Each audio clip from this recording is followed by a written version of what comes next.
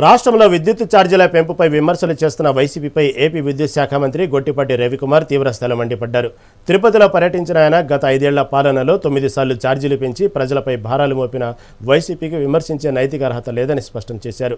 ఈ సందర్భంగా తిరుపతి ఎస్పీడీపీఎల్ పరిధిలో 18 మందికి కారుణ్య నియామక పత్రాలను మంత్రి అందజేశారు.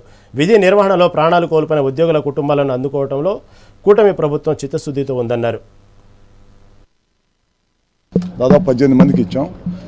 డిపార్ట్మెంట్లో వాళ్ళ కుటుంబ సభ్యులు పనిచేస్తా అనుకోని యాక్సిడెంట్తో చనిపోతే వాళ్ళందరూ కూడా వాళ్ళు ఇవ్వడం జరిగింది. దాదాపు ఈ డిస్కంలోనే ఇప్పటిదాకా ఈ ప్రభుత్వం వచ్చిన తర్వాత 151 మందికి ఇచ్చాం.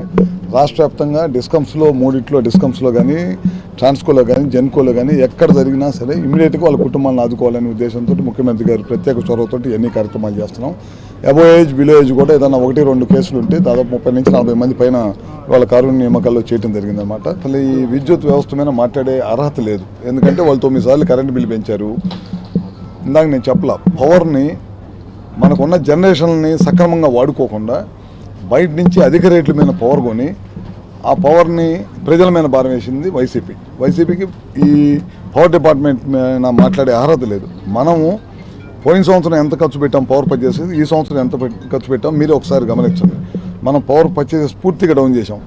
రికార్డ్ స్థాయిలో జనరేషన్ చేస్తున్నాం. మనకున్న ఫెసిలిటీని కృష్ణపట్నం కానీ లేకపోతే విజయవాడ దగ్గర కానీ మనకి ఆర్టీపీపీ ఇక్కడ కానీ రికార్డ్ స్థాయిలో ప్లాంట్ పెట్టినప్పటి నుంచి ఇప్పుడు దాకా చేయలేని రికార్డ్ స్థాయి జనరేషన్ మనం చేసి మనం డే టైము మనకు బయట దొరుకుతుంటే మనం కొనుక్కొని తక్కువ రేటు కొనుక్కొని నైట్ టైం మనం పీక్ అవర్స్లో మనం ఎక్కువ ప్రొడ్యూస్ చేసుకుంటా బ్యాలెన్స్ చేసుకుంటా ప్రజల మీద భారం పడకుండా క్వాలిటీ పవర్ ఇవ్వాలనే ఉద్దేశంతో మనం ఈ కార్యక్రమం దాదాపు 18 మందికి